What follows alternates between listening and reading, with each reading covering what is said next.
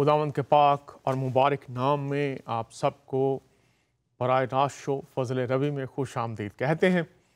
खुदावंद का शुक्र अदा करते हैं, उसने फिर से ये मौका दिया है ताकि हम उसकी मोहब्बत भरी बातों को, गलबा बख्शने वाली बातों को, बरकत देने वाली बातों को, तारीकियों को दूर कर देने वाली बातों को सीख सकें।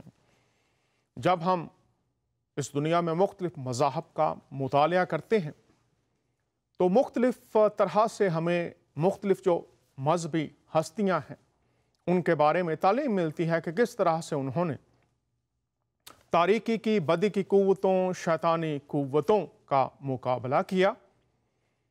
और जब हम खुदावंद यीशु मसीह मसीही मानते हैं, हमारे मुसलमान बहन भाई उनको नबी मानते हैं, और 3 मज़ाहब हैं जिनमें उनकी शख्सियत का जिक्र मिलता है, तालीमात मुख्तलिफ हैं, मसीहत, इस्लाम और यहूदियत, उनकी ज़ात अक़दस का जिक्र है, तालीमात मुख्तलिफ हैं। लेकिन जब हम उनकी ज़ात अक़दस की बात करते हैं तो अबलीस पर, शैतान पर उनका इख्तियार और उनका गलबा, ये एक ऐसा पहलू है जिससे अक्सर लोग बेखबर रहते हैं या उन तक बेहतर तौर से मालूमात नहीं पहुंचती, या अगर पहुंचती हैं तो वो इस बरकत को हासिल नहीं कर पाते। जब आपकी ज़ात अक़दस की बात की जाती है तो अनाजील के मुसन्नफ़ीन ने नहायत उम्दा तरीके से मुफस्सल अंदाज में आपकी कुदरत का बयान लिखा। और जब आप इस ज़मीन पर अपनी खिदमत को सरअंजाम देते थे तो गो जो मुखालफीन थे, गो जो साजिशें और दुश्मनी के जज्बों से सरशार रहकर मुखालफत करने वाले थे, इस बात का इनकार तो वो भी नहीं कर सके। आज हमारा जो मौजू है वो है यीशु मसीह की कुदरत और उसका इख्तियार शैतान और बदी की कुव्वतों पर। जब हम अनाजील को पढ़ते हैं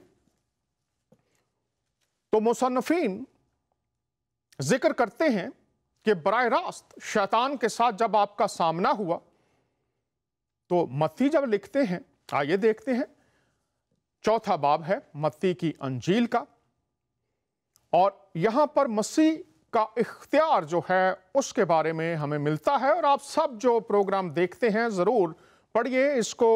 टाइटल उन्होंने दिया हुआ है यीशु मसीह की आजमाइश, जब शैतान खुद आता है, आमना सामना होता है। तो आइए कलाम खुदा में से देखते हैं। 4था बाब और 7वीं आयत है। आप पूरा 4था बाब पढ़िए और तफसील आपको मिलेगी। चंद आयात आपकी नज़र कर रहे हैं। यीशु ने उससे कहा, यह भी लिखा है कि तू खुदावंद अपने खुदा की आजमाइश ना कर। फिर अबलीस उसे एक बहुत ऊंचे पहाड़ पर ले गया और दुनिया की सब सल्तनतें और उनकी शान और शौकत उसे दिखाई और उससे कहा, अगर तू झुक कर मुझे सिजदा करे तो ये सब कुछ तुझे दूंगा। यीशु ने उससे कहा, ए शैतान, दूर हो, क्योंकि लिखा है कि तू खुदावंद अपने खुदा को सिजदा कर और सिर्फ उसी की इबादत कर। तब अबलीस उसके पास से चला गया और देखो, फरिश्ते आकर उसकी खिदमत करने लगे। जब हम इन आयात को देखते हैं तो 2 बातें बड़ी अहम हैं जो हमें इससे सीखना चाहिए। जो बड़ी बात है वो ये है यीशु मसीह का अबलीस पर इख्तियार, और जब वो उसको कहते हैं दूर हो तो फौरन उसे हुक्म मानना पड़ा मसीह का इख्तियार शैतान पर कि वो उसके आगे ठहर नहीं सकता। फिर इसमें बड़ी बात यह है कि जब शैतान खुदा का कलाम इस्तेमाल करता है तो हमें खुदा के कलाम की समझ होनी चाहिए कि उसको जवाब कैसे देना है। इसमें हम ये सीखते हैं जब शैतान आजमा रहा है तो वो कलाम खुदा को इस्तेमाल करता है, और मसीह भी उसके जवाब में आयात ही को इस्तेमाल करते हैं। तो इससे हमें यह पता चलता है कि कलाम खुदा को मुतवाज़न तौर से सीखना, सही रूह में सीखना, किस तरह से कलाम को इस्तेमाल करना है, ये हमें खुद भी सीखना है और अपने बच्चों को, आने वाली नस्लों को भी सिखाना है। और फिर इसमें यह भी हम देखते हैं कि ये कोई अनहोनी बात नहीं है, शैतान आए और किसी को आजमाए, ये एक पूरी तालीम है। किसी वक्त इस पर भी बात करेंगे कि शैतान का मुकाबला आप खुदा के कलाम से कर सकते हैं, और मसीह हमें ये बता रहे हैं कि उस पर गलबा कैसे हासिल करना है, खुदा के कलाम के वसीला से।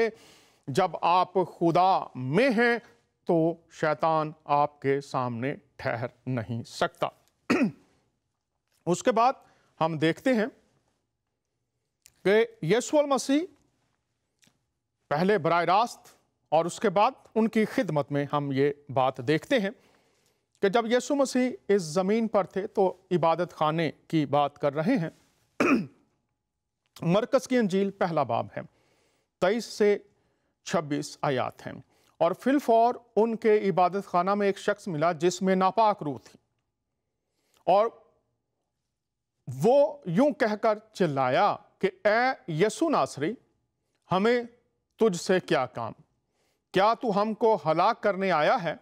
मैं तुझे जानता हूं कि तू खुदा का कद्दूस है। यहां पर वो इबादत खाने में है और एक शख्स है जिसमें नापाक रूह है, और फिर यीशु मसीह के साथ जब बातचीत हो रही है तो खुदामंद क्या फरमाते हैं, आइए देखिए 25वीं आयत से। यीशु ने उसे झिड़क कर कहा, चुप रह। यीशु का इख्तियार, बात कर रहे हैं, कहा चुप रह और इसमें से निकल जा। बस वो नापाक रूह उसे मरोड़कर और बड़ी आवाज से चिल्लाकर उसमें से निकल गई। यीशु मसीह का इख्तियार, यीशु मसीह ने कहा, छिड़का और कहा चुप रह और इसमें से निकल जा। इख्तियार है यीशु मसीह का, और अबलीस वहां पर ठहर नहीं सका, नापाक रूह वहां पर ठहर नहीं सकी, क्योंकि ये यीशु मसीह की कुदरत है और उसकी कुदरत के आगे बदी की कुव्वतें ठहर नहीं सकती। अंजील का वाज़े पैगाम, बाइबल का वाज़े ऐलान है। और आगे हम देखते हैं जो वहां पर रहनुमा थे, जो मुखालफत करने वाले थे, वो कह रहे हैं आकर, तो ये लूका की अंजील में है, आइए देखते हैं। उसी घड़ी बाज फरीसियों ने आकर उससे कहा कि निकल कर यहां से चल दे, क्योंकि हेरोदेस तुझे कत्ल करना चाहता है। उसने उनसे कहा, जाकर उस लोमड़ी से कह दो कि देख, मैं आज और कल बदरूहों को निकालता और शिफा बख्शने का काम अंजाम देता रहूंगा और तीसरे दिन कमाल को पहुंचूंगा। बदरूहों को निकालता रहूंगा, शिफा बख्शने का काम अंजाम देता रहूंगा। अब यहां पर जो मजहबी रहनुमा मुखालफत करने वाले हैं वो भी इनकार नहीं कर रहे, क्योंकि उन्होंने और जो अवाम वहां पर बसती थी, जो लोग वहां उन इलाकों के वासी थे, उसकी शोहरत अगर आप अनाजील को पढ़ें तो पूरी यहूदिया, सामरिया, यरूशलेम, दीगर इलाकों तक फैली हुई थी कि देखो वो किस इख्तियार के साथ ये काम करता है, बदरूहों को हुक्म देता है और वो उसका हुक्म मानती हैं। और जब हम हुजूरुल मसीह की ज़ात अक़दस की बात करते हैं तो अबरानियों के ख़त का मुसन्निफ़ पहले भी ये आयत बारहा हम अपने प्रोग्राम्स में बयान कर चुके हैं, आपके सामने पेश कर चुके हैं, जो खुदाई कुदरत का बयान करती है कि किस तरह से ज़ात अक़दस अल मसीह को समझा जाए। अबरानियों का ख़त है 13वां बाब और 8वीं आयत है। अगर कोई शख्स ये कहता है कि मेरा ईमान यीशु मसीह पर, उसको कबूल करने, उस पर ईमान रखने, उसको मान लेने, उस पर भरोसा करने के बगैर मुकम्मल नहीं होता, तो इस बरकत से अगर कोई महरूम है तो फिर उसकी कुदरत को याद करने की ज़रूरत है, जो अबरानियों का मुसन्निफ़ बयान कर रहा है। यीशु मसीह कल और आज बल्कि अब तक यकसां है। यीशु मसीह की ज़ात अक़दस, उसकी कुदरत में, उसके इख्तियार में कोई कमी नहीं है। और ये खुदाई सिफ्त है जो कल, आज, बल्कि अब तक मौजूद और यकसा है।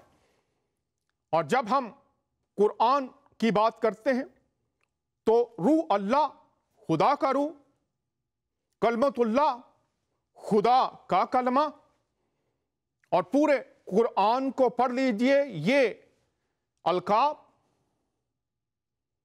ये सफ़ात, ये कुदरत जो उनकी ज़ात अक़दस के वसीला से बनीनो इंसान तक पहुंची, उसके बारे में अबरानियों का मुसन्निफ खोल रहा है कि यह किसी एक ज़माने के लिए, किसी एक ग्रोह के लिए, मखसूस वक्त और मखसूस लोगों के लिए मुख्तस या मुकर्रर नहीं कर दी गई थी, बल्कि यह कुदरत, जब कुरान कहता है कि उसको एक निशानी, मेहरबानी और कुदरत, सूरह मरियम 21वीं आयत, और लूका की अंजील, मत्ती की अंजील में जब फरिश्ता यह कहता है कि उसका नाम यस्सु रखना, जो अपने लोगों को उनके गुनाहों से निजात देगा, और उसका नाम अजीब, मशीर, खुदाए कादर, अबदियत का बाप और सलामती का शहजादा होगा।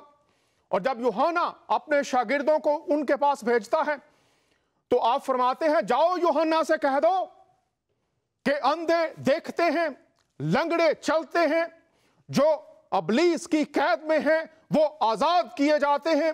तो ये निशान है कि खुदाए मुजस्सम, कलमाए मुजस्सम इस दुनिया में आ चुका है। उसकी कुदरत तुम देखते हो, ये काम जो मैं करता हूं तुम देखते हो।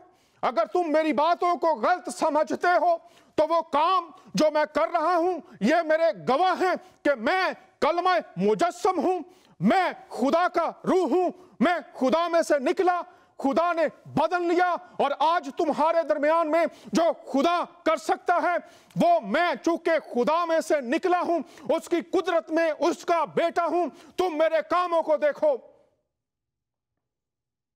क्या वही हैं जो बाप करता है और मैं भी वही काम करता हूं।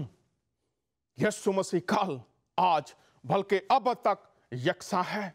उसकी कुदरत में कोई कमी नहीं है। अगर उसकी जात पर इतराजात हैं, उसके कामों पर इतराजात हैं, तो वो कहता है मेरे कामों को देखो।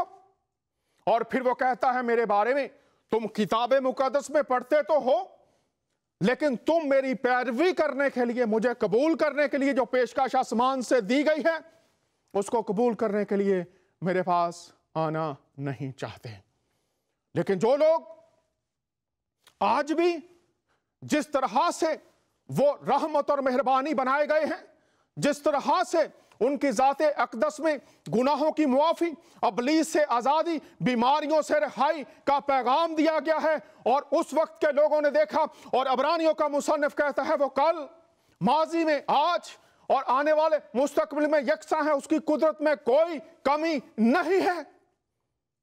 आज भी वो ये काम करता है, क्योंकि बाइबल में लिखा है, और लिखा है आसमान और जमीन टल जाएंगे, लेकिन मेरी बातें हरगिज ना टलेंगी, और उसकी बातें सच्ची और बरहक हैं।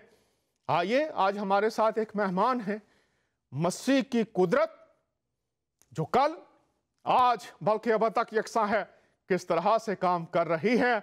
आइए सुनते हैं, देखते हैं यीशु मसीह कल, आज, बल्कि अब तक यकसा है। हमारे साथ होंगी आज हमारी प्यारी बहन मनप्रीत कौर। आपको खुशामदीद कहते हैं। कैसी हैं आप? जय मसीह डैनियल भाई, बिल्कुल सही हूँ जी। और मैं शुक्रिया करती हूँ आपका और जिंदगी टीवी का और प्रभु यीशु मसीह का, जिसकी वजह से आज मैं अपनी जिंदगी की गवाही पूरी दुनिया को देने जा रही हूँ। जी, ये बस हम सब उसका शुक्र अदा करते हैं। ये सांसें जो चल रही हैं उसी ने बख्शी हैं, और वही कायम रखने वाला है। ये जो सारी सहूलतें और चैनल है, ये उसकी बदौलत ही है। अगर वो अपना कर्मो फजल अता ना करे, वो साथ ना हो, तो हम कुछ भी नहीं कर सकते। पैवस्ता जी रह डैनियल भाई। शजर से उम्मीदे बहार रख, जब उसमें हैं तो फिर ही फलदार हो सकते हैं। हम शुक्रगुजार हैं आपने वक्त निकाला। ये बताइए, आपका बचपन कैसा था? आप किस परिवार में, किस धर्म में पैदा हुए? थोड़ा सा बचपन के बारे में, वालदैन के बारे में, जो धार्मिक जिंदगी, मजहबी जिंदगी थी बचपन की, उसके बारे में बताइए, फिर बात आगे बढ़ाएंगे। जी जी डैनियल भाई, मैं जट सिख फैमिली से हूँ और मेरा जो बचपन हुआ वो सिख फैमिली में हुआ। और मेरे जो मदर और फादर थे वो बिल्कुल सिख फैमिली से थे। हमारे मजहब में अ, बाल और बिल्कुल सफेद कपड़े पहनते थे और गले में माला डालते थे। मैं बिल्कुल गुरु ग्रंथ साहब जी को मानने वाली घर की एक बेटी हूँ। जी बहुत शुक्रिया। हमारे बहुत से जो सिख बहन भाई हैं, हम सबसे मोहब्बत करते हैं और खुदा जो है वो सबसे प्यार करता है। अब आप ये जी धन्यवाद। बताइए थोड़ा सा कि यीशु मसीह तक आने का सफर कैसे शुरू हुआ, कब शुरू हुआ, ये बताइए। जी धन्यवाद। यीशु मसीह का सफर मेरी जिंदगी में एक बहुत, मेरे को नई जिंदगी, मौत के मुंह से मुझे बचाने वाला मेरा जिंदगी का एक नया सफर, मेरा जन्म तय हुआ। और मेरे जो बहन कपड़े थे बहन उसमें। मनप्रीत, मैं चाहूंगा कि जी आप शुरू से बताना शुरू करें, फिर हम आएंगे कि जिंदगी आपको मिल गई। पहले वो बताइए पुरानी जिंदगी कैसी थी, पुरानी जिंदगी आपकी कैसी थी, वो थोड़ी जी तफसील जी। बताइए। और फिर बताइएगा कि क्या हुआ जब मसीह की तरफ आए। पुरानी जिंदगी कैसी थी थोड़ी सी, और फिर जी क्या डैनियल हुआ, भाई। फिर क्या हुआ कि कब मसीह की तरफ आना शुरू हुआ। तो पहले पुरानी जिंदगी थोड़ी सी बताइए, तफसील कैसी थी, और फिर कैसे मसीह की मेरी तरफ आए। जी जी मेरी पुरानी जिंदगी जी जो थी, बिल्कुल लड़ाई झगड़ा, क्लेश, बीमारी और बस ऐसे ही चलते चलाते एक ऑपरेशन हो गया, दो हो गए, मेरे 9 ऑपरेशन हो चुके हैं जी मेरी लाइफ में। और मेरे जिंदगी का मेरे शरीर का कोई अंग ऐसा नहीं है जो नहीं कटा। और बस ऐसे ही चलते चलाते आज ये बीमारी, कल वो बीमारी। एक दिन ऐसी नौबत आ गई जी कि मेरे जो कपड़े थे उनको समेत कपड़े आग लग जाती थी। हम्म तो जब मेरे कपड़ों को आग लगनी शुरू हुई तो ये मेरे रुकिएगा हस्बैंड जो है। रुकिएगा रुकिएगा रुकिएगा बहन जी। आप ये कह रही हैं कि बीमारियां भी चल रही थी, मजहबी धार्मिक जिंदगी भी थी, और फिर ये हुआ कि जी अचानक से आपके कपड़ों में आग लग जाती थी, ये कह रही हैं आप? जी बिल्कुल आग लग जाती थी। अच्छा, और मेरे जो पति ये थे बताइए। वो इस जी जी चीज को। जी जी, थोड़ा सा मैं आपको जब रोकूं तो आप रुक जाइए। ये आप जी कह रही हैं कपड़ों को आग लग जाती थी, ये अक्सर होता था, कैसे होता था? आप जा रहे होते थे कहीं या मखसूस जगह पर जाते थे, आग लगती थी, कैसे ये होता था? थोड़ा सा ये बताइए, और कब मैं ये शुरू बिल्कुल हुआ? जी मैं बिल्कुल भयानक बीमारी में चली गई थी। मैं बेड पे बिल्कुल चली गई थी। और हम्म। कुछ दिन बाद मैंने अपने पति और बेटी को बोला कि आप मेरे कपड़े धो लो हम्म मशीन में। तो जब बच्चे कपड़े धोने लगे तो देखा सब कपड़े एक कॉर्नर से सड़े हुए थे। हम्म तो मेरे पति बोलने लगे, आपको पता है घर में जो लड़ाई झगड़ा क्लेश होता है, बोला ध्यान नहीं रखते, गैस में साड़ लिए होंगे। तो हमारे बीच में काफी तामझाम हुई। और उसके बाद मेरे हस्बैंड बोलने लगे चलो ऐसे करो, आप के जो कपड़ों को आग लगती है आप समेत कपड़े नहा लो। हम्म तो जब मैंने समेत कपड़े नहाना शुरू कर दिया जी, मेरे को कपड़ों के समेत आग लगनी शुरू हो गई। अच्छा। सबके सामने एकदम से पीछे से मेरा पल्ला, कमीज का जो पल्लू था वो सड़ जाता था। और हम्म मैं भागती थी, लोग मेरे पीछे, कोई कंबल लेके भागता था, कोई मेरे को रेत में लिटाता था, कोई मेरे ऊपर कुछ डालता था। तो उसके बाद मेरे घर के लोग भी परेशान होना शुरू हो गए। तो उसके बाद हम लोग सिख फैमिली से हैं, तो मेरे हस्बैंड बोलने लगे कि हम लोग सुखमनी साहब का पाठ जो है वो बिल्कुल करेंगे। तो उसके बाद जी मैंने जो है वो पाठ शुरू कर दिया और मैं पाठ कर रही हूँ और मेरे को आग लग गई। अच्छा। उसके बाद फिर हमने किसी पंडित के पास गए, वहां पे मैंने 5100 रुपया दिया जी। वहां पे हमने सब कुछ करवाया और मैं घर में आई। थोड़ा बहन जी, ये आप गए, आपने 5100 रुपया जो है वो पंडित को दिया, तो पंडित ने क्या क्या किया? मैं चाहूंगा कि आप थोड़ी सी तफसील जरूर बताएं। आपने वो पाठ किया, जब आप पाठ कर रहे थे तो आपके, मेरी बात सुनिए, आराम से सुकून से हम बात करेंगे ताकि लोग जो इस वक्त ऐसी मुश्किल हालतों में हैं उनको पता चल सके, ये बात है। तो आप धीरे धीरे बोलिए, बताइए। पहले आपने सिख धर्म का जो पाठ था, किसी ने कहा जो कपड़ों में आग लगती है ये करें तो इससे आराम आ जाएगा, लेकिन आप कह रही हैं आप पाठ कर रही थी लेकिन कपड़ों को आग लग गई। अब आपने ये बताया कि आप पंडित के पास गए, आपने पैसे भी दिए, तो पंडित ने क्या कहा और क्या किया, थोड़ा सा बताइए। तो पंडित ने एक उपाय दिया जी जल प्रवाह करने के लिए पानी में, कि आप ये सामान लेके थोड़ा जल प्रवाह कर दो, और एक तवीज दिया, उसमें नहाना है, बोला आपको स्नान करना है। तो उसको मैंने डाल के स्नान किया और उसके बाद जैसे ही मैंने कपड़े डालिए और उसके बाद मेरे तुरंत फिर आग लग गई। अच्छा।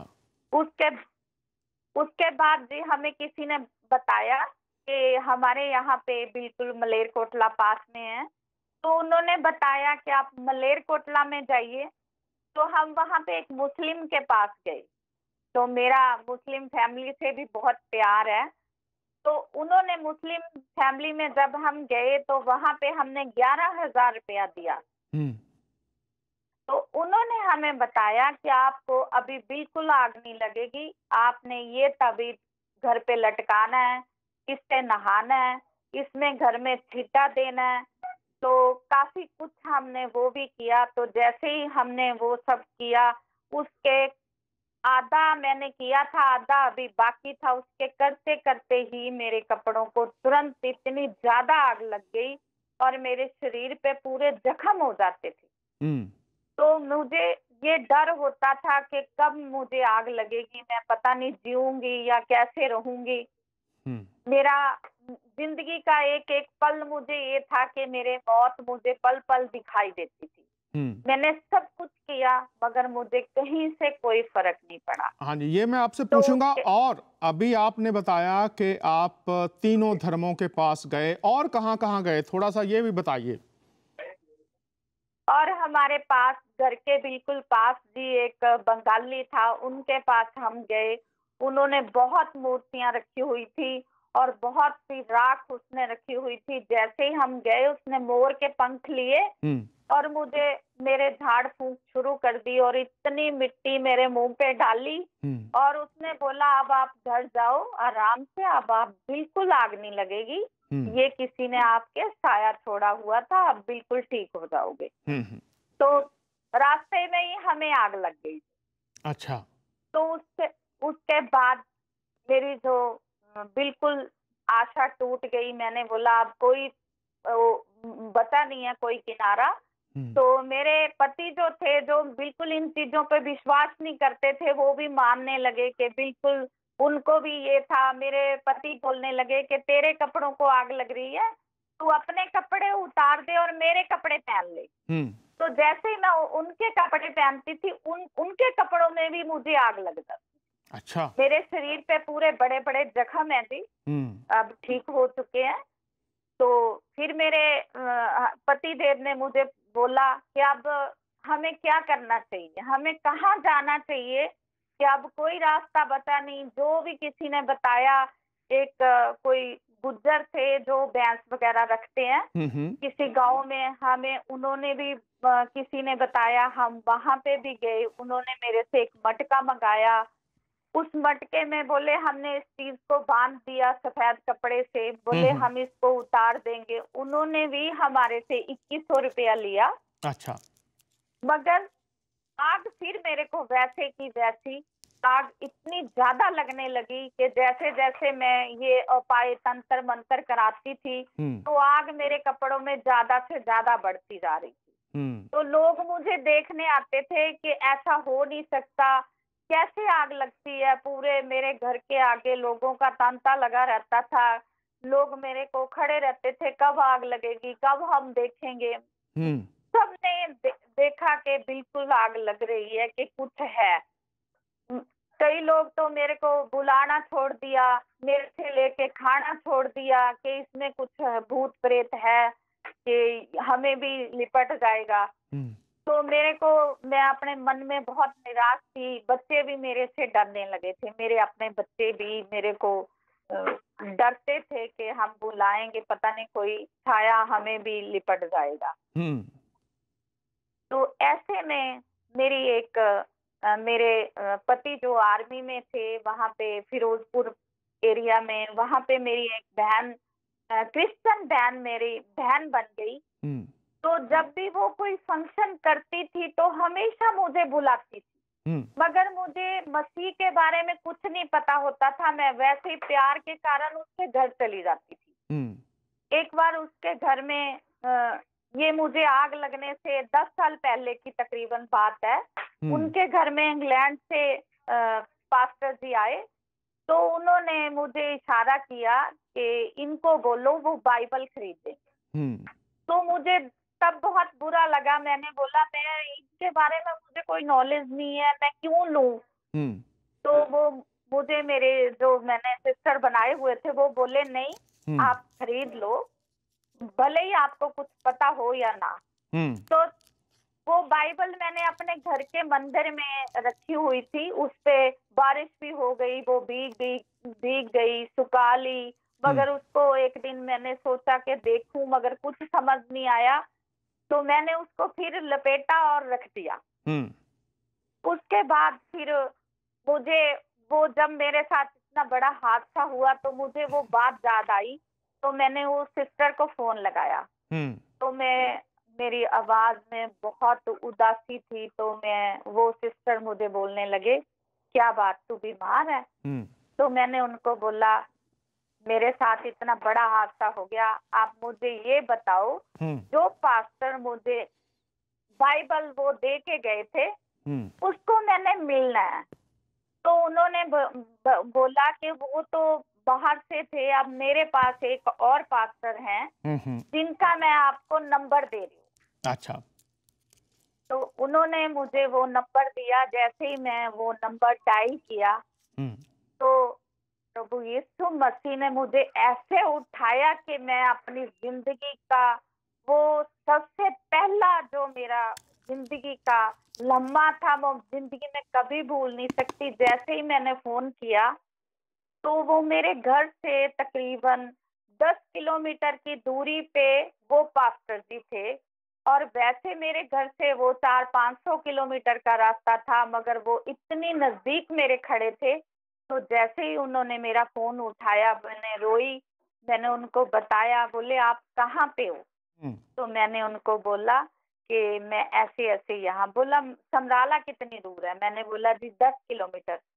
तो जैसे ही उन्होंने बोला एक पानी की बोतल और एक तेल की बोतल अपने जख्मों पे लगाने के लिए लेके आ जाओ।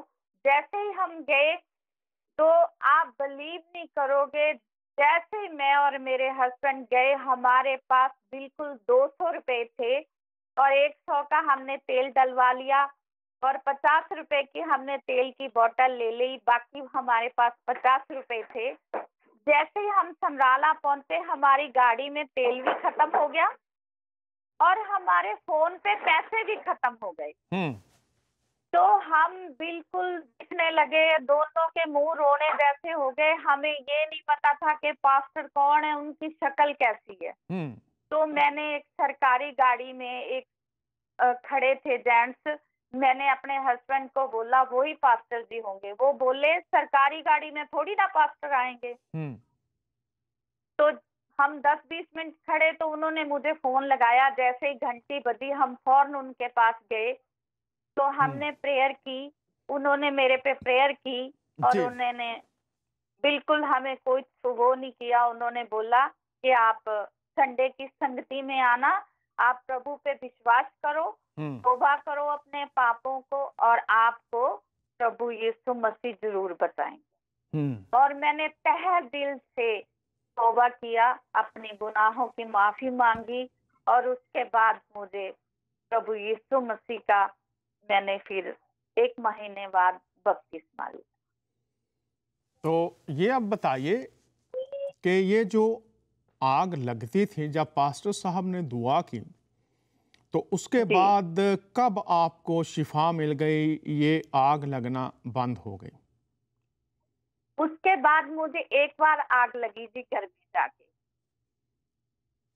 और उसके जब बाद हम प्रेयर जी कीजिए। एक बार आग लगी, उसके बाद आग एक बार लगी जब हम वापस घर चले गए। उसके बाद मुझे एक बार बहुत जबरदस्त आग लगी। उसके 4 दिन बाद संडे था, जब हम संडे गए, मैंने संगति की वहां पे, तो वहां पे मुझे बहुत बिल्कुल पता नहीं, बेहोश हो गई, बिल्कुल मेरी हालत बिल्कुल खराब हो गई। तो उसके बाद मैं बिल्कुल ठीक तंदुरुस्त होके घर आई, और उसके बाद मेरी जिंदगी में अच्छे से अच्छा होता गया। बहुत शुक्रिया। नाजरीन, आप सुन रहे हैं किस तरह से यीशु मसीह के नाम से दुआ की गई। यीशु मसीह जो कल, आज, बल्कि अब तक यकसा है। और ये जो तारीकी की कुव्वतों के काम थे, उनको मसीह ने नेस्त व नाबूद कर दिया। तो बहन, अब ये बताइए कि जब आपको यीशु मसीह ने शिफा दी, तो आपको, आपके परिवार को, वहां पर जो लोग इकट्ठे होकर देखते थे कि कब आग लगेगी, कैसा आपको लगा? उस कम्युनिटी में, उन लोगों में क्या पैगाम गया, ये बताइए आप जरा। मेरे घर के लोग भी बिल्कुल मानने लगे कि यीशु मसीह भी ही प्रभु है। और मेरे आस पड़ोस में जो बिल्कुल ये सब मानते नहीं थे, सब बोलने लगे कि कोई तो है जो बचा सकता है। तो मेरे एरिया में काफी चर्चा हुई प्रभु यीशु मसीह को लेके। मेरे एरिया में किसी को प्रभु के बारे में कुछ नहीं पता था। तो उसके बाद मेरे घर पे संगति होती है, लोग आते हैं, और कई तो प्रभु यीशु मसीह के बारे में सुनने और देखने आते थे कि कैसे लोग बचते हैं और कैसे मैं बची। कई लोग तो एक करिश्मा जैसे मान के मुझे देखने आते थे कि कौन प्रभु यीशु मसीह है जिसने मुझे बचाया। आज पूरी दुनिया के लोग सुन रहे हैं, देख रहे हैं, वो यीशु मसीह जिसको मुसलमान नबी मानते हैं, मसीही खुदावंद मानते हैं, यहूदियों की कुतुब में उसको मसाया कहा गया है। वो उसके बारे में अबरानियों का मुसन्नफ ये लिखता है कि वो कल, आज, बल्कि अब तक यकसा है। दर बदर भटकने के बाद, मुख्तलिफ जगहों पर जाने के बाद, मुख्तलिफ दरवाजे खटखटाने के बाद, जब उम्मीदें भर ना आई, बदी की कुव्वतों का जोर कोई तोड़ ना सका, इस मुश्किल का हल कहीं ना मिला, जब यीशु मसीह से मुतारफ हुए, जब यीशु अल मसीह से तारफ हुआ कि उसका दावा कि जमीन और आसमानों का कुल इख्तियार मेरे पास है, जब वो लाजर की कब्र पर जो 4 दिन तक कब्र में था, जब यीशु मसीह पहुंचे, तो वहां पर यह नहीं लिखा कि मैं किसी के नाम से, किसी के हुक्म से तुझे कहता हूं। मुसन्नफीन ने जब अंजील लिखी है, वो रूहुल कुद्स की तहरीक से लिखी गई है, और वहां लिखा है, ऐ लाजर निकला, और मुर्दा लाजर कब्र में से निकल आया। और उस इलाके के लोग हैरान हो गए कि ये कैसी कुदरत है, जिंदगी देना सिर्फ खुदा का काम है, और ये इख्तियार जो आसमान ने यीशु अल मसीह को दिया है, जब वो कहते हैं, ऐ लाजर निकला, मुर्दा जिंदा हो जाता है। कोढ़ी आते हैं और जब वो कोढ़ियों को शिफा देते हैं तो कोढ़ी पाक साफ हो जाते हैं, लंगड़े चलते हैं, अंधे देखते हैं। और ये अनाजील में लिखा इब्तदाई कलीसिया के दरमियान ये बातें वकूअ पजीर हुई। और जब अंजील और अबरानियों का मुसन्निफ ये कहता है कि यीशु मसीह कल आज बल्कि अब तक यकसा है, और लिखा आजमा कर देखो खुदा कैसा मेहरबान है।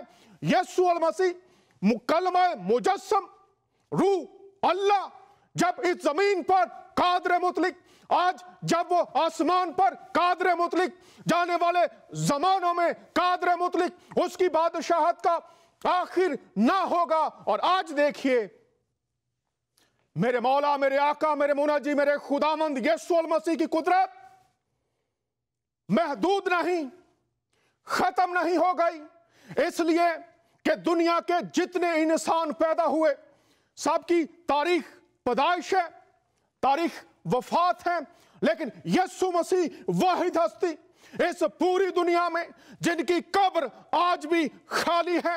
और वो ये ऐलान कर रही है, चूंकि उसने फरमाया था मुझे अपनी जान देने का भी इख्तियार है और अपनी जान लेने का भी इख्तियार है। और जब वो मुर्दों में से जी उठा तो उसने बताया, ए कब्र, ए मौत, तेरी फतहा, तेरा डंग कहां रहा। यीशु मसीह की कुदरत ने उनको नेस्त और नाबूद कर दिया। और खुदा का बेटा इसीलिए जाहिर हुआ था कि इब्लीस के कामों को मिटाए, और उसने इब्लीस को तबाह कर दिया। अगर आप नहीं मानते, आप इस पर यकीन करने के लिए तैयार नहीं हैं, आप उसके बेटा होने पर इतराज करते हैं। जब हम बात करते हैं कि वो बेटा है तो वो कुदरत और कमालात में जो खुदा कर सकता है वही उसका रूह, उसका कलमा, हम इसलिए उसको बेटा कहते हैं कि जो बाप करता है वही बेटा करता है। और अगर कोई नहीं मानता तो आज आपके सामने दुनिया की कोई ताकत इस बहन को छुड़ा नहीं सकी, बचा नहीं सकी। लेकिन यीशु मसीह कल, आज, अब तक यकसां यीशु मसीह, उसकी कुदरत हर उस शख्स के लिए मौजूद रहती है जो उसको पुकारता है। आप में से कोई भी शख्स पूरी दुनिया में सवाल करना चाहे, बात करना चाहे, हम लाइव होते हैं। बहन मनप्रीत हमारे साथ हैं। बहन मनप्रीत, अब ये बताइए जी, यीशु मसीह को कबूल करने के बाद क्या तब्दीलियां आपकी जिंदगी में आई? जी डैनियल भाई, मेरी जिंदगी में इतनी तब्दीलियां आई कि मैं बहुत गालियां निकालती थी बच्चों को, और हस्बैंड से मेरी अक्सर लड़ाई रहती थी। तो वो दारू बहुत पीते थे, ड्रिंक बहुत करते थे, तो मैं हमेशा रहती थी आप शराबी हैं, ऐसे ऐसे उनको गालियां देती थी। तो खाना नहीं बनाती थी। और जैसे ही मैंने प्रभु को ग्रहण किया और मुझे इतनी शांति आई, और मेरे पति मुझे गाली दे देते हैं तो मैं चुपचाप, मेरे हंसी निकल जाती है। वो मुझे बोलते हैं कि क्या बात, तुझ में इतनी शांति कहाँ से आ गई, क्या अब आपको गुस्सा नहीं आता? तो मेरी जिंदगी में बिल्कुल बीमारियां चली गई और मेरी जिंदगी में बड़े बड़े करिश्मे होते चले गए, और मैं अपनी जिंदगी में आगे आगे आगे बढ़ रही हूँ। पहले मैं बिल्कुल पीछे पीछे जा रही थी, अब मेरी जिंदगी में मैं समाज सेवा भी करती हूँ। पहले मैं ब्लॉक की प्रेसिडेंट थी, और जैसे ही मैं प्रभु को ग्रहण किया मैं डिस्ट्रिक्ट की प्रेसिडेंट हो गई। अब मैं पंजाब की प्रेसिडेंट हूँ। जी, आप किस पार्टी में प्रेसिडेंट हैं, थोड़ा सा अगर बताना चाहें तो? जी, मैं कांग्रेस पार्टी में प्रेसिडेंट हूँ पंजाब में। अच्छा, पंजाब कांग्रेस की आप प्रेसिडेंट हैं, और यीशु मसीह ने आपको इस खिदमत के लिए भी बुलाया है। तो ये बताइए, मेरी दुआ है खुदावंद आपको बहुत ज़्यादा इस्तेमाल करें अपने जलाल के लिए और ज़्यादा। तो अब आप प्रभु की खिदमत, एक तो आप इस शोबे में खिदमत कर रही हैं, इसके अलावा आप मसीह के लिए क्या क्या करती हैं, थोड़ा सा बताइए। आपके वसीला से यीशु अब क्या कर रहा है, आप उसके लिए क्या कर रही हैं, ये थोड़ा सा बताइए। जो कर रहा है जी, मसीह यीशु मसीह मेरे से करवा रहा है, मैं कौन हूँ करने वाली। जी। और मैं बच्चों को जो है कापियां, जैसे सीजन होता है किताबें, और उसके बाद मैं एक सीजन में जर्सियां, और उसके बाद जो होता है, मैंने जैसे ही मेरे शहर में कोई गरीब लड़की की शादी होती है तो उसके लिए मैंने 2 बिस्तरे गरीब घर की लड़की के लिए रखे हैं। बाकी प्रभु की महिमा, जो प्रभु मेरे से करवाता है मैं करती हूँ। जी, बहुत शुक्रिया। आप जो प्रैक्टिकल मदद है वो लोगों की करती हैं। खुदावंद आपको जी लंबी ज़िंदगी दे। अब मैं जी, आपसे पूछना धन्यवाद। चाहता हूँ कि और वो देगा भी, उसने अपना ज़मीन पर भी 100 गुना, आसमान पर भी 100 गुना, ये उसका फ़ज़ल है, ये उसका करम है। अगर यही जी वक्त हो बिल्कुल। आपके लिए पूरी दुनिया से बात करने का, तो ये जी बताइए पूरी दुनिया को आप एक यीशु मसीह की पैरोकार होते हुए क्या जी पैगाम देना चाहती हैं? क्या उनसे बात करना चाहती हैं? क्या पैगाम देंगी पूरी जी, दुनिया को इस वक्त यीशु मसीह की मैं पूरी पैरोकार होते दुनिया हुए? को, जी बिल्कुल, मैं पूरी दुनिया को प्रभु यीशु मसीह को मान के ये पैरोकार देना चाहती हूँ कि दुनिया में एक प्रभु यीशु मसीह ही है, जो पहला, आखिरी और जो जिंदा परमेश्वर है, वो प्रभु यीशु मसीह ही है, जिसके द्वारा हम बचाए जा सकते हैं। और मैं यही कहूंगी कि कभी फूलों की तरह मत जियो, और अगर जियो तो फूल टूट के बिखर जाते हैं, अगर जियो तो पत्थर बन के जियो, अगर तराशा जाए तो प्रभु यीशु मसीह की तरह तराशा जाए। तो प्रभु यीशु मसीह ही हमारा प्रभु। जी, बहुत शुक्रिया। प्रभु यीशु ही है, उसके अलावा कोई जिंदगी नहीं दे सकता। आप जी ये बताइए कि अगर कोई शख्स यीशु मसीह को कबूल नहीं करता तो वो क्या खो जी, सकता है? क्या उसको, क्या नुकसान उसको पहुंचेगा? अगर वो बातें सुनने के बावजूद भी कबूल नहीं करता तो क्या खो देगा वो? ये बताइए पूरी दुनिया को। अगर प्रभु यीशु मसीह की बातें सुनने के बाद भी हम प्रभु को ग्रहण नहीं कर सकते, तो हम समझ लो हमारी जिंदगी जीने का कोई मकसद ही नहीं है। क्योंकि हमें पूरा प्रभु कहीं मिला ही नहीं। क्योंकि मैंने जिंदगी का कोई ऐसा कोना छोड़ा ही नहीं कि प्रभु कहाँ है, और अगर मुझे मिला है प्रभु यीशु मसीह ही मिला। अगर इतनी बातें सुनने के बाद भी, क्योंकि मेरी जिंदगी का एक लाइव जो मैंने प्रभु यीशु मसीह को पास में से गुजरता, अपने पास आकर अपनी शांति पाई है। अगर हमें शांति चाहिए, अगर हमें तंदुरुस्ती चाहिए, अगर हमें जिंदगी में कुछ आगे बढ़ना चाहिए, तो हमें प्रभु यीशु मसीह को ग्रहण करना चाहिए। जी, बहुत अगर शुक्रिया। प्रभु यीशु मसीह हमारी जिंदगी में नहीं है, तो हम एक नरक की जिंदगी, एक कुएं में है।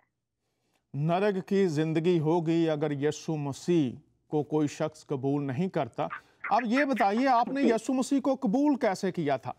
आपने दुआ की थी या किसी ने आपसे दुआ करवाई थी? बहुत से लोग इस वक्त देख रहे हैं, सुन रहे हैं और देखेंगे, जी सुनेंगे भी। अगर कोई शख्स यीशु जी, मसीह को मैंने, कबूल करना चाहता है तो वो क्या करे? क्या जी तरीका होता है यीशु को कबूल करने का? आपने कैसे सबसे कबूल पहले किया? तो, जी सबसे पहले तो हमें अपने गुनाहों को, क्योंकि अनजाने और अनजाने में हम जरूर अपनी जिंदगी में पाप करते हैं, तो सबसे पहले तो हमें अपने पापों से तौबा करनी चाहिए, और तौबा करके फिर हमें बपतिस्मा लेना चाहिए। ये बताइए, तौबा क्यों बप- करनी चाहिए? कोई शख्स कहता है जी मैंने तो गुनाह नहीं किए, मैं तो अच्छे काम ही करता हूं, तो तौबा क्यों करनी चाहिए अगर तौबा के बगैर यीशु को कोई कबूल करता है, नहीं कोई तौबा करता? जैसे आपने तौबा की, उसको कबूल किया, अगर कोई वैसे ही मानता है और तौबा नहीं करता तो क्या वो खो सकता है? थोड़ा सा अगर बताना चाहें तो। आ, आज तक कोई पूरा कभी हुआ नहीं जी। हम जाने अनजाने में बिल्कुल गलतियां करते हैं। कई बारी हमारी आंखें गलती करती हैं, कई बारी हमारे कान गलती करते, कई बारी हमारी जबान गलती करती है। हम अपने बच्चों को डांटते हैं, दुर्कारते हैं, हम अपनी जुबान से खुद अंगीकार करते हैं कि किसी को गाली देते हो, वो तो ऐसा है, वो तो गंदी गाली दे देते हैं, वो भी एक पाप है। मेरा मानना है कि वो भी एक पाप है। जैसे मैं अपने हस्बैंड को गालियां देती थी, आप दारू पीते हो, आप घर पे नहीं आना, आप गंदे हैं, आप अच्छे नहीं है, क्योंकि वो भी एक पाप है। अब जो पत्नी अपने पति की और अपने बच्चों की, वो भी एक पाप है। हम अपने बच्चों को दुर्कारते हैं, अपने परिवार को दुर्कारते हैं। हम्म। अगर हम उसके लिए तौबा करें, मैंने अपने लिए तौबा की, अगर मैंने जाने अनजाने में प्रभु जी मेरे से कोई पाप हुआ हो, तो मैं उसकी क्षमा मांगती हूँ। तो मैंने माफी मांगी तो प्रभु ने मुझे माफ किया, क्योंकि वो माफ करने वाला खुदा है। तो आप ये समझती हैं कि यीशु मसीह गुनाहों को मुआफ करते हैं? बिल्कुल करते हैं जी। बहुत शुक्रिया। तो फिर मेरे जब मेरे गुनाह को किया जी, तो मैं मानती हूँ कि प्रभु यीशु मसीह गुनाहों को माफ करने वाले खुदा हैं। बिल्कुल, तो जब गुनाह माफ हो जाते हैं कैसा लगता है फिर? कैसा महसूस किया जब आपने गुनाहों की बहुत माफी? सुकून मिलता है जी, बहुत सुकून मिलता है, शांति मिलती है। जब भी प्रार्थना में बैठते हैं तो ऐसा लगता है प्रभु मेरे से बात करता है, यीशु मसीह मुझसे बात करता है। जब कोई बात शख्स करता है। तौबा करता है, अपने गुनाहों का इकरार करता है, तो इसमें यह बात भी पाई जाती है कि यीशु मसीह ने सलीब पर जब जान दी, अपना खून बहाया, तो आप तौबा करते हैं और यीशु से कहते हैं कि तूने मेरे गुनाहों के लिए अपनी जान अपना दी इकलौता पुत्र। और मुझे जी, अपने लहू से पाक कर। तो आपने कहा यीशु से ऐसी कोई बात की और तो कैसे किया बिल्कुल आपने? जी। थोड़ा सा आप बताइए। मैंने ये कहा, प्रभु जी आपने मेरे पापों के लिए अपना इकलौता पुत्र बार दिया, हम्म। आपके लहू द्वारा मैं शुद्ध हुई, हम्म। आपके लहू द्वारा मेरे पाप साफ हो गए। हम्म। तो जब आपने ये कहा तो आपको यकीन हो गया कि आपको गुनाहों की मुआफी मिल गई है। मिल गई जी, बिल्कुल मिल गई। तो अब जो लोग यीशु को सिर्फ मानते हैं एक नबी के तौर पर, या बस एक मजहबी शख्सियत के तौर पर, या बाइबल की एक हस्ती के तौर पर, लेकिन तौबा नहीं करते, तो वो कैसे जी तौबा करें? थोड़ा सा ये बताइए। आपने कहा कि क्या क्या अल्फाज आपने, मैं ये चाहता हूँ आप वो अल्फाज दोहराएं जो एग्जैक्ट आपने बोले थे उस वक्त। मैंने ये कहा जी, प्रभु यीशु मसीह, हम्म। मैं आपको अपना गुरु मानती हूँ और मैं अपने पापों को तौबा करती हूँ। हम्म। आज के बाद मैं अपनी जिंदगी में कभी कोई पाप नहीं करूँगी। हम्म। मैं अपने पापों को मान के छोड़ देती हम्म। तो उसके बाद, हूँ। आमीन। जी बहुत शुक्रिया। अब मैं आपसे पूछना चाहूंगा कि आप ये बताइए कि जी आपके जो परिवार के बाकी जो लोग हैं, खानदान के, क्या उनमें से भी जी किसी ने यीशु मसीह को अपनी जिंदगी दी? अगर दी तो कितने लोगों ने यीशु मसीह को अपनी जिंदगी दी? और आपके जो इलाके में लोग जी थे, क्या उनमें से भी कुछ लोग यीशु मसीह के पैरोकार बने? अगर बने तो किसी की बात आप बताना चाहेंगी?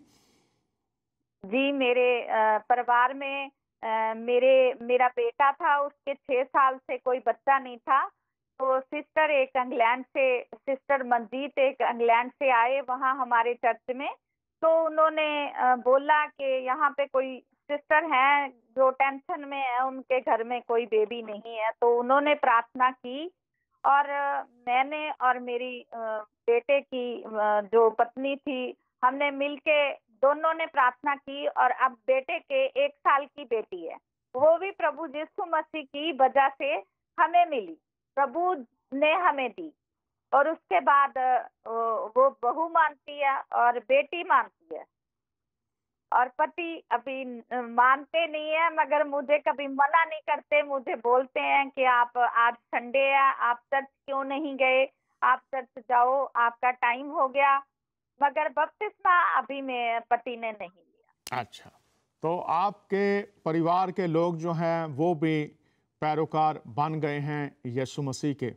मैं शुक्रगुजार जी हूँ आपने वक्त निकाला है और जी आप शुक्रिया। हमारे साथ शरीक हुई हैं। आपके दिल में कोई और बात हो, हमारे पास 10 मिनट हैं, कोई और बात हो जी आपके दिल में जो आपके अंदर हो कि मुझे ये बात ज़रूर दुनिया तक पहुंचानी है, तो आपके पास वक्त है, आप बात कर सकती हैं।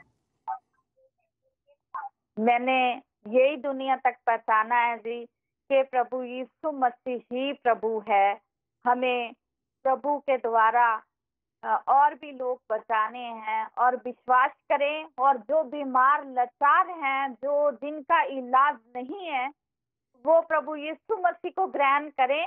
मेरा विश्वास है कि वो बिल्कुल 1 महीने के अंदर अंदर बिल्कुल गंभीर से गंभीर बीमारी से मुक्त हो जाएंगे। और जी। मेरा ये दिल से विश्वास है कि अगर किसी को ऐसी कोई समस्या है, और मुझे खुद को 9 साल से कैंसर था। जब मैं प्रभु में आई, मैंने ऑपरेशन जरूर कराया था। मैंने 1 साल में टेस्ट करवाती थी, और मुझे कोई ना कोई बीमारी उसमें निकल ही आती थी। छोटा छोटा कैंसर मुझे बन ही जाता था।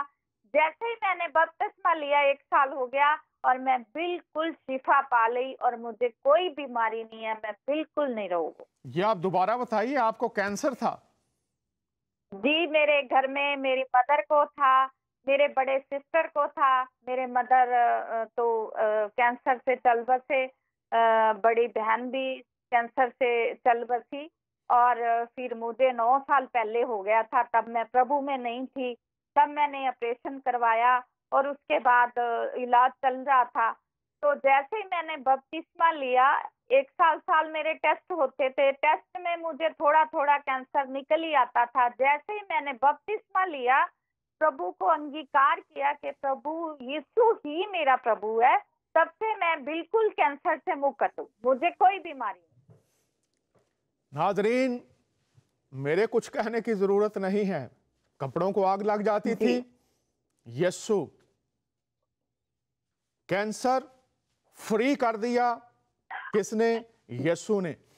बहन मनप्रीत, मैं चाहूंगा कि पूरी दुनिया में लोग जी, इस शो को देखते हैं, सुनते हैं, और अक्सर जो कॉलर्स जी, हैं वो बाद में कॉल करते हैं। वो अक्सर ये कहते हैं लोग कि जनाब, इतना अच्छा प्रोग्राम चल रहा था, हम नहीं चाहते थे कि दरमियान में कॉल करें, हम सुनना चाहते थे खुदा की कुदरत की बातों को। तो मैं चाहूंगा, आपको मैं 2 मिनट दूंगा, आप दुआ जी, कीजिए कि लोग यीशु मसीह से वाकिफ हों, जी, और जो बीमार हैं, जो अभी तक मसीह से दूर हैं, उनके लिए दुआ कीजिए कि मसीह की शिफा उनको मिले और मसीह की पहचान उनको मिले, ताकि वो भी बीमारियों जी, से, अबलीस के कब्जा से छूट जाएं, और जी। हमेशा की जिंदगी मसीह के वसीला से जो मिलती है पा जाएं। दुआ कीजिए। Hallelujah, hallelujah, hallelujah, hallelujah. धन्यवाद, धन्यवाद, धन्यवाद प्यारे खुदा। जीसस तेरा धन्यवाद, महान प्यारे खुदावंदा। जीसस तेरा धन्यवाद प्यारे खुदा।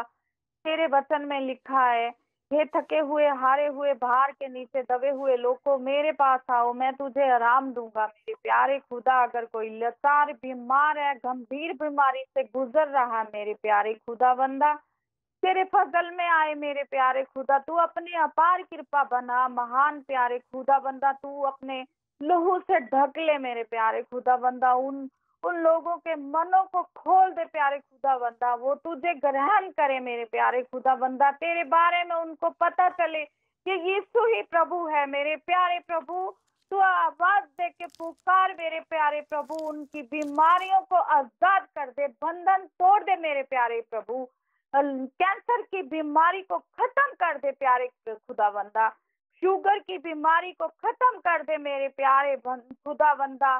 जो पीढ़ी दर पीढ़ी बीमारियां चल रही हैं प्यारे प्रभु, तू उन बहन भाइयों को आजाद कर मेरे प्यारे प्रभु। लंगड़ों को चला, लूलों को मेरे प्यारे खुदा चला मेरे प्यारे खुदा बंदा। मेरे प्यारे खुदा, अपना फजल बख्श मेरे प्यारे खुदा। हर एक तेरी आशीष पूरी हो मेरे प्यारे खुदा। गूंगे बोलने लगे मेरे प्यारे खुदा बंदा। जिनके पास बच्चे नहीं है प्यारे खुदा, उनकी झोलियां भर दे मेरे प्यारे खुदा। मैंने तुझसे जो भी मांगा मेरे प्यारे प्रभु, मुझे विश्वास है तूने मुझे दिया महान प्यारे प्रभु। जैसे तूने मेरी झोली भरी प्यारे प्रभु, मेरे को रोगों से आजाद किया प्यारे प्रभु, ऐसे ही हर एक जो भी विश्वास करता है प्रभु, उनको आजाद कर मेरे महान प्यारे प्रभु। मैं इस चैनल को भी तेरे हाथों में दे रही हूँ महान प्रभु। जितने भी सुन रहे हैं महान प्रभु, सबको आशीष दे, अनुग्रह, अभिषेक दे प्रभु। मैं सारी आदर महिमा तुझे देती हूँ, तुझे जिंदा पवित्र जलाली नाम से मांगती हूँ। आमीन आमीन आमीन आमीन। आमीन। बहन मनप्रीत कौर, आपका बहुत शुक्रिया। हमारी दुआ जी, है धन्यवाद। कि खुदावंद यीशु मसीह आपको और ज़्यादा अपने कलाम की और अपनी पहचान में बढ़ाए, आपकी खिदमत को धन्यवाद। और ज़्यादा मुयस्सर करे और आप उसकी धन्यवाद, मोहब्बत धन्यवाद। को और उसके कलाम को, जो ज़िंदगी है, शिफा है, जी, सेहत है, तंदुरुस्ती है, खुशहाली है, नजात है, हमेशा की ज़िंदगी है, अमन और सलामती है, वो दुनिया तक पहुंचाते रहें। मसीह के नाम से ये हमारी दुआ आपके लिए, आपके ख़ानदान के लिए है। जी, नाजरीन, शुक्रिया। जी बहुत शुक्रिया। नाजरीन, जी, हमारे साथ जय थी, जी जी बोलिए बोलिए। जी, जय मसीह। जय मसीह की। जय बहन मसीह। मनप्रीत हमारे साथ थी। आपने देखा और सुना है, यूहन्ना जब अपनी अंजील का इख्तिताम करता है तो वो 20वें बाब में लिखता है यीशु अलमसीह के बारे में कि ये जो बातें हम तक पहुंचती हैं, लिखी हुई हों या वो किसी के वसीला से हम तक पहुंचे, उन बातों का एक मकसद है और वो मकसद ये है। यूहन्ना की अंजील 20वां बाब है और उसकी आखिरी आयत। और यीशु ने और बहुत से मौजज़े शागिर्दों के सामने दिखाए जो इस किताब में लिखे नहीं गए, लेकिन ये इसलिए लिखे गए कि तुम ईमान लाओ कि यीशु ही खुदा का बेटा मसीह है और ईमान लाकर उसके नाम से जिंदगी पाओ। और यीशु ने और भी बहुत से मौजज़े शागिर्दों के सामने दिखाए जो इस किताब में लिखे नहीं गए, लेकिन ये इसलिए लिखे गए कि तुम ईमान लाओ कि यीशु ही खुदा का बेटा मसीह है और ईमान लाकर उसके नाम से जिंदगी पाओ। जिंदगी, शिफा यीशु मसीह के वसीला से जारी है। माजी की सिर्फ बातें नहीं, हाल में यीशु मसीह की कुदरत ये कर रही है, चूंकि यीशु मसीह कल, आज, बल्कि अब तक यकसा है। उसकी मोहब्बत, उसकी शफकत, उसकी कुदरत, उसका संभाल लेना, उसका लोगों को छूना, लोगों को शिफा देना, जिंदगी देना, मौत से निकाल कर जिंदगी में शामिल करना, अबलीस की कैद से निकालना, तारीकी की बादशाहत से निकाल कर अपनी रोशनी की बादशाहत में ले आना। चूंकि आपने फरमाया दुनिया का नूर मैं हूं, जो मेरी पैरवी करेगा अंधेरे में ना चलेगा बल्कि जिंदगी का नूर पाएगा, जो आप सबके लिए है।